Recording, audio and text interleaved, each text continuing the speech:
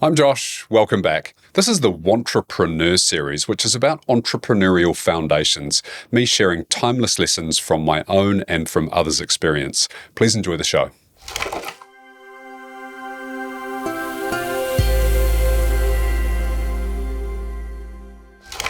Episode 3. Over the last couple of solo episodes, we've been laying the groundwork for your journey as a founder. We talked about what you're trying to achieve from starting this company in the first place, your personal goals, and your definition of success. We also explored what you're prepared to sacrifice, the real cost of this path to you. And we looked at naming your game, understanding whether you're building a side hustle, becoming a solopreneur, or going all in as an entrepreneur. So hopefully you've got clarity on your personal motivations now. That's good. That's the foundation. Something you'll not be told though, personal motivation alone won't serve you.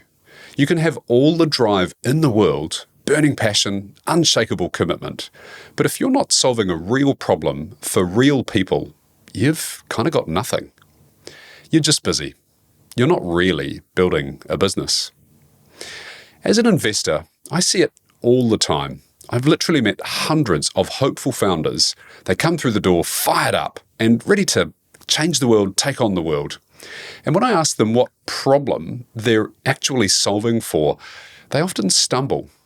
They talk about features, benefits, show me the projections, and they tell me about the market opportunity.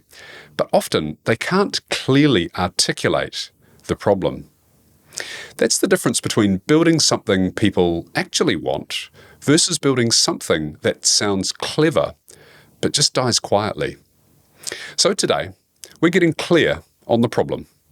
What is it? How to find it? And why it matters more than almost anything else you'll do as a founder. Before problems though, you might be thinking of amazing creators that brought ideas to the world, such as Steve Jobs and the iPhone.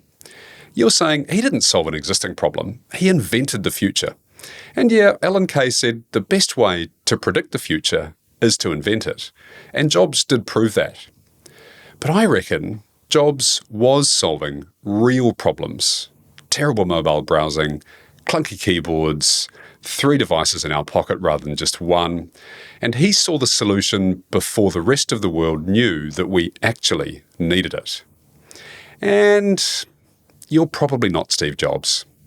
I'm not Steve Jobs either. But that's okay, because 99% of businesses are actually built on defining and solving problems clearly. This is one of the most important questions you'll ever answer as a founder.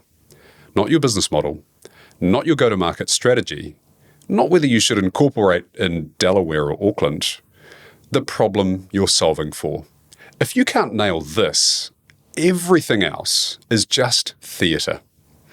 Matt Haig wrote a wonderful book called The Humans, and there was a line in there that's just stuck with me. I knew that there was one rule that held fast across the universe.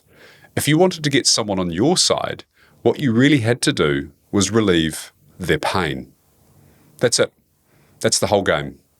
If you can't help your customers alleviate their pain, why would they pay attention to what you have to offer? They wouldn't. They'd scroll past, click away, and forget you ever existed, just 10 seconds later. Let me get a little existential for a moment. Deep in a week-long meditation retreat one year, I'd entered the retreat with the intention to have a death of the ego experience. Now, I can attest that's not for the faint-hearted, but I had visions of many of the despicable things we've done to each other as a species. Pretty dark stuff, from genocide to the conquistadors and the missionaries. I saw it all. It was brutal, but it was insightful. What I took away from that was this. Everything we do, every decision we make, is in the belief that it will make us feel better. Having a drink, going for a run, putting someone else down, buying a new dress or a new car, clicking on a social media link, saying yes to something new or different. It's all just in the pursuit of trying to make ourselves feel better and relieving some of the pain of being a human. You know the hedonic treadmill, right? It's that notion of whatever idea or possession we attach our future happiness to will only make us happy temporarily. Our need for that thing to be sated, and then we're off hunting for the next fix. You know the narrative. When I get that new home, that promotion, that car, then I'll be happy. I'm sure you've never been in that position before. But in the future, beyond that date, that object of happiness has just been pushed out in time as another thing for you to pursue. I'm not a boat guy, but luckily some of my friends are. One day we're out watching the America's Cup on my mate's new-to-him 45-foot launch. We were complimenting him on its class, its style, and its utility. He basked in that glory temporarily, until we parked up next to a 65-foot mini super yacht. It was incredible. It had 3 decks, pool, jet skis, and his state of 5 minutes ago of contented bliss disappeared as he reflected on not having the bigger boat, rather than just enjoying his amazing cruiser. Your customers are on that same treadmill. They're trying to feel better. They're trying to remove some pain. And if your product or service doesn't do that, you're just irrelevant. The big trap: solutions looking for problems. The world is full of solutions looking for a problem. I see it all the time. Founders build something cool, something technically impressive, something they're really proud of, and then they go hunting for a problem it might just solve. They retrofit the narrative. Now, I believe that's backwards. Do you know what the most patented device in history is? It's the humble mousetrap. Since the US Patent Office opened in 1838, it's granted more than 4,400 mousetrap patents, more than any other invention.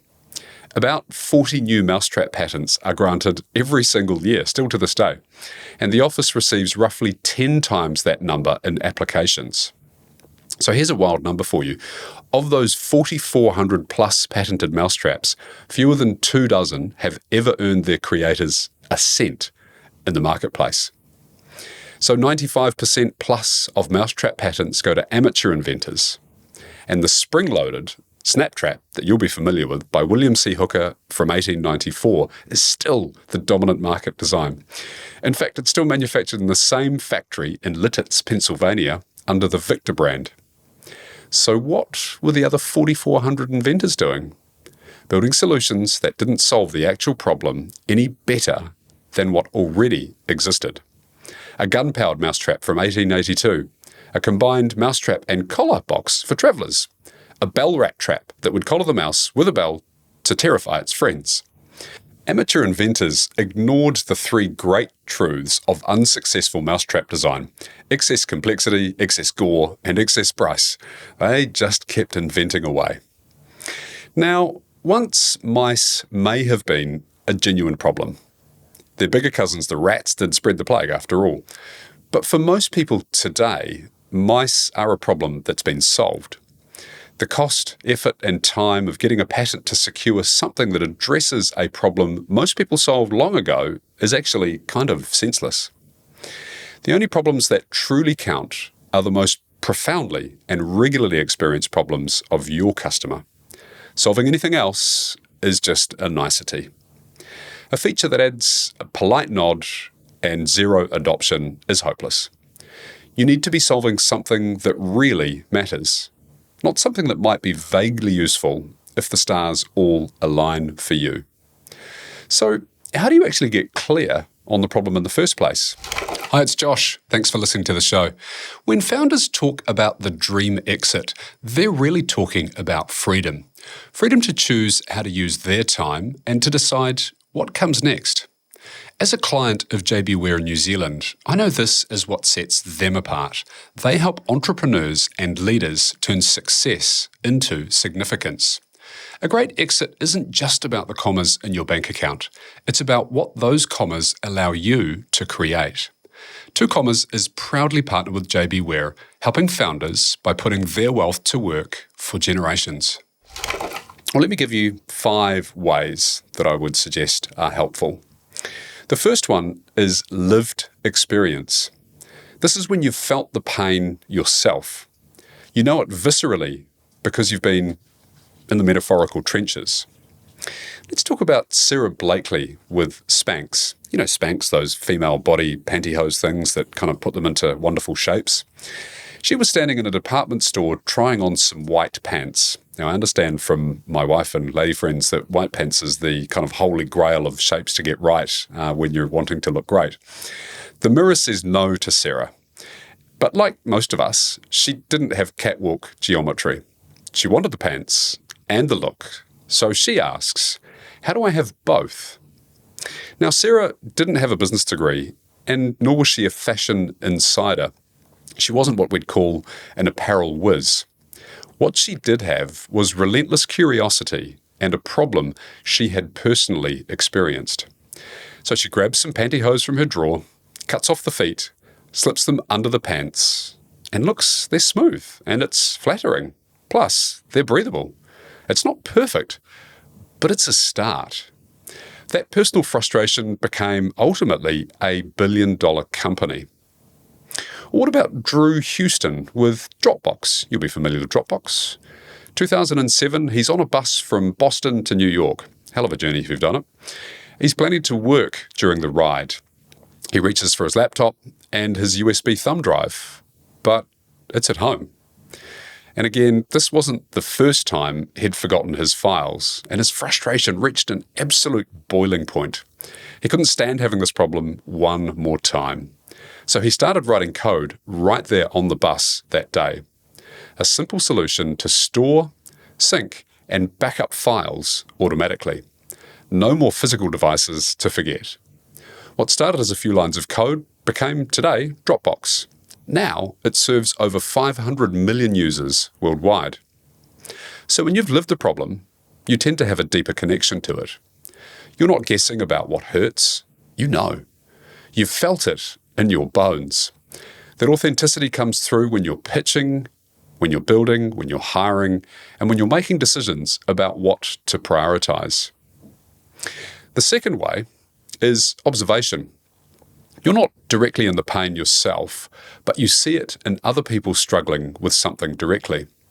You watch them wrestle with a problem that seems obvious to you, but somehow nobody's actually solved it yet. You all know Airbnb. Brian Chesky wasn't desperately searching for accommodation himself, but he observed conference attendees come to his hometown of San Francisco struggle to find hotel rooms. He saw a gap between supply and demand, and he wondered if there was a way to bridge this gap. Fast forward to today, that observation became a literal multi-billion-dollar company. Now, we just accept Airbnb as normal. But remember, we're actually renting people's homes from them as if they're hotels. And 15 years ago, that was just not a thing that we would have considered. You don't have to be the person in pain to see the problem clearly. Sometimes being one step removed gives you perspective that someone drowning in the problem doesn't actually have. The third way is anticipation. This is about seeing where the world is heading and identifying problems that will or could emerge. Trend spotting, pattern recognition. You might see technological shifts, demographic changes, regulatory movements, or cultural evolution, and then anticipate the problems that will arise down the path. For a moment, think about aging populations. We all know the baby boomers, the largest generation on the planet. And right now, we're staring down a demographic shift that's going to create massive problems in elder care. The baby boomers aren't just getting old. The systems aren't ready. The infrastructure often doesn't exist. If you can see that and start building a solution now, then you'll be ahead of that issue before it arises. This requires domain expertise and the ability to connect dots others may miss. You need to understand the trajectory, not just the current state. And by the way, I reckon there's a huge need for elderly care like we do have today for daycare for kids. It's an interesting problem to ponder. Just get the mechanics of it right, and I reckon that's $1 billion business. Number 4 is adjacent experience, which is about solving one problem in a certain domain and then recognizing the same pattern exists elsewhere. Ideally, you've got deep expertise in one arena, and you solve something there, and then realize you can move that solution into industry X, Y, and Z. You may not know of the name Stuart Butterfield, but you'll probably have heard of the application Slack. It's an internal messaging application for those unfamiliar. Stuart and his team were building an online game called Glitch. While developing the game, they created an internal communication tool so they could collaborate more effectively. Now, the game actually failed, but then they stepped back and realized they had this internal tool that had potential beyond just their game. Every team, not just game developers, had the same communication problem. So they took their solution from one domain and applied it to another. That became Slack. And that business went from zero to $1 billion of valuation in just 8 months, and it was acquired a few short years later by Salesforce for $27 billion. So adjacent experience is powerful because once you've already solved the problem initially, you know that it works. You just need to recognize where else to apply it. The fifth way, and the last way, is research and investigation. This is the systematic approach. You choose a sector, you study it deeply, you talk to people in it, map the workflows, and you'll find the broken parts. Way back in 2016, I did this with Ambit. We'd discovered a piece of technology that enabled standing up of large language models independent of vendors. Back then, that was incredibly new. Interesting technology, but it wasn't really solving a real problem at that stage. I didn't assume. I went out and I spoke to around 40 prospect customers to research whether a solution based upon this would solve a sufficient problem for them. It was methodical investigation, but it validated that businesses were drowning in repetitive customer queries. The problem was real, and the solution, therefore, had legs. So this is a very deliberate path. You're not stumbling into a problem through personal pain or observation. You're hunting for it, interviewing, mapping, analysing, and finding the gaps. For this last one, there's a rule of thumb that around 40 conversations will give you accuracy of about 90% of the total market. So that's not necessarily a hard scientific fact, but it's been borne out time and time again with founders that I know. So it's a really useful heuristic. So by the time you've had 40 proper conversations and you avoid confirmation bias, you'll start seeing strong patterns. The same pain points will come up again and again. The same language will get used, and the same frustrations are being surfaced. What if they don't? What if every conversation is wildly different and nobody actually seems that bothered? You probably don't have a real problem. You have a hypothesis that's failed. Better to learn that now than after you've sunk 2 years and your life savings into building something that nobody wants. So those are your 5 key ways: lived experience, observation, anticipation, adjacent experience, and research. Some founders use one, some use a combination.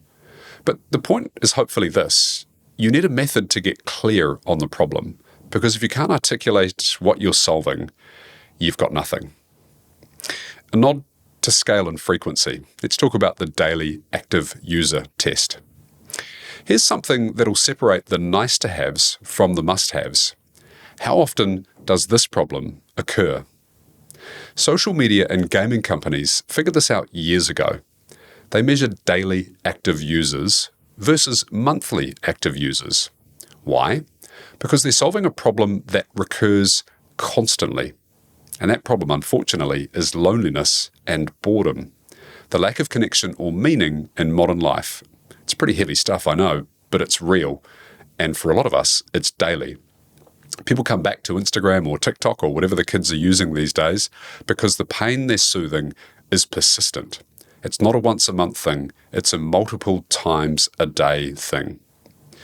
If your solution is something people need monthly, the problem may not be that urgent. It's not keeping them up at night. It's not something they think about when they're in the shower or stuck in traffic, or the thing they reach for first thing in the morning. But if they need your solution daily, If the problem is recurring and painful and they're actively seeking relief, now you're onto something real. Now you've got a chance at building something that genuinely sticks. So let's talk about understanding the real problem. And here's where it can get a little bit tricky. Sometimes the stated problem isn't the genuine core problem. Some years ago, in my very first business, we opened a new office in the city where central government was based in New Zealand, Wellington. Historically, we'd served businesses with shareholders and directors. So frequently, we'd be dealing not just with those who had check signing ability, but those whose actual money was being spent. In other words, they were accountable to the shareholders. Moving to the seat of government, I noted that the behaviour of the buyers was very different. The accountability chain was completely different. Committees, working groups, endless meetings. The person responsible sat a long way from those whose actual money, us, the taxpayer, was being spent. Over time, I realised the mentality of these people was starkly different to our shareholder, director, decision-maker kind of situation. And rather than making a decision in the hope that it would make them look good, it was more important that they were made to not look bad. What it meant was that the consequences of things going bad for these folk were potentially career-ending, but the upside for things going well were not sufficient for them to change their behaviour or how they interacted with us. So back to us. We, as a business, needed to be much more focused on understanding the risks than the benefits. They'd say they wanted efficiency or innovation or better outcomes, but what they actually needed was to not get hauled in front of a select committee to explain why something went sideways on their watch. The stated problem and the real problem are not always the same thing.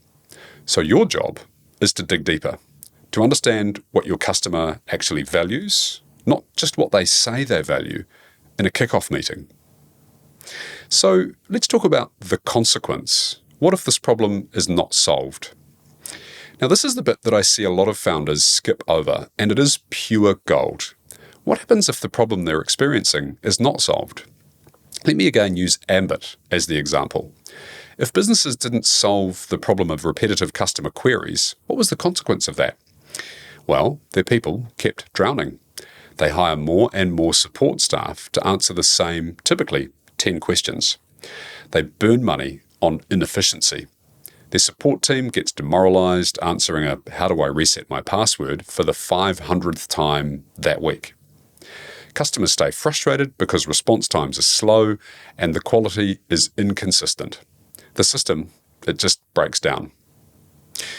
Over time, customer satisfaction tanks, churn increases, word of mouth turns negative, and the cost of acquisition goes up because you're fighting a reputation for poor service. Competitors who solve this problem, they'll eat your lunch. So that's the consequence. That's what happens if the problem is left unchecked. Sometimes articulating the consequence is more motivating than describing the solution. People are loss-averse. They'll move faster to avoid pain than to gain pleasure. If you can paint a vivid picture of what happens if they do nothing, that's often more compelling than showing them the bright, shiny future. Sarah Blakely's consequence? Women keep feeling uncomfortable in their clothes and probably not feeling sexy. They keep buying shapewear that doesn't work, keep cutting up pantyhose in desperation, or just living in discomfort. What about Drew Houston from Dropbox? People keep losing files, forgetting USB drives, emailing documents to themselves, and they live in constant low-grade anxiety about whether they have the right version of something available. The consequence gives weight to the problem. It makes it real and it makes it urgent. I want to talk to you about what I call the Richard principle. At the outset of the internet shopping revolution, I got a little bit carried away with shopping online. I was living in a small market and suddenly we had huge range available from overseas. And often I'd buy things without necessarily knowing the sizing, so consequently I had to develop a good relationship with a tailor. Now, the man that I found was local to my office. He was a lovely guy, provided really quick, accurate service at a really fair price. And because of my probably addiction, I was seeing him monthly for a period of time. That frequency of interaction meant that I got to know him pretty well. He was a first-generation immigrant from China, and he had a keen eye and he had a quick wit. I really enjoyed my time with him. His name was Richard. But he was not so good with my name. After a few visits, it was obvious he knew me, and I'd greet him with an enthusiastic hello and say, "Hello, Richard." And the same scene would play out time after time. There'd be a flash of recognition in his eyes, and then a deep look at his feet for some form of recall about who I might be. Deep consternation would cross his brow, and he'd search for my name, and he'd go, Steve? No, Dave. Dave, is it Luke? And literally every time produced a different guess, but none of them were right. After a few visits, I said to him, "Come on, Richard, it's probably time you learnt my name." Underneath that, everyone wants to feel a little bit special or at least remembered, and he really agreed with that sentiment. So he repeated my name 5 times that day, just for good measure. 3 short days later, I returned to collect my things, and he furrowed his brow and he looked at me with a very deep look of worry on his face. 10 seconds passed, and he smiled and he said, "Nathan." I said, No, it's Josh. I said, "Look, I don't know, Richard. Why don't you give me a name that you can remember? That's why it's more than just a hi, and I'll start to feel special again." He pondered for a second, and he goes, "I know. I'll call you Richard." You might recall his name is Richard. Now, I haven't laughed so hard for the longest of times, but Richard and I, happily to say, continued a good relationship, him calling me Richard and me calling him Richard, until he sold the business 3 years later. I think my point here is that had Richard been an average tailor who remembered my name, I would have stayed. But he was a great tailor who didn't. And so he covered the bases that were important for me. So here's the principle. Every customer of yours will have 2, 3, maybe 5 things that they deeply care about for your specific product or service. Your job is to figure out what those are and nail them. You'll be forgotten for not being perfect at everything else. For Richard the tailor, what mattered to me was the quality of the work, the speed of service, fair pricing, and a pleasant interaction. Remembering my name, it wasn't in the top 5 for me. So I forgave that of him because he was excellent at what I really cared about. For Ambit, it might have been the accuracy of speedy responses, speed of resolution, reduction in support costs, easy implementation, and probably reliable uptime. And for a restaurant, you can think of this: food quality, speed, atmosphere, maybe price and service. So the specifics will vary by business and customer. But the point is, you don't need to be perfect at everything. You need to be spot on at the things that your customers really care about. And so what about problem clarity? That's non-negotiable. That's the foundation that everything else is built upon. So some closing thoughts from me. If you don't know what problem you're solving, or if the problem isn't real, or the consequences unclear, life will just go on, and you're building something that's probably on sand. Get ruthlessly clear on that problem, understand the consequences if it's left unsolved, and use one of the 5 methods that I've advocated: lived experience, observation, anticipation, adjacent experience, or research, and that'll help you discover the problem. Talk to real customers until you're sick of hearing the same pain points over and over again. Watch for the scale and the frequency of the problem, and dig beneath the stated problem to find the real one. Once you've got that, once you can articulate the problem in your sleep, then we move to the next question. Why do you care about solving this specific problem at all? That's where we'll explore your motivation, and that's what we'll tackle in the next episode. Till then, go and talk to some customers and some prospects, and don't come back to me until you can tell me clearly what problem you're solving for. Thanks for watching. Thanks so much for listening to the show. Your ears are really important to me. If you haven't already, why not check out joshcomrie.com. There's a bunch of free resources on there, a downloadable chapter of my upcoming book, 2 commas, a diagnostic to help you understand where your business may be at in relation to your exit journey. And why not feel free to drop me an email with any feedback that you could have. Any way I and any of us can improve is through feedback.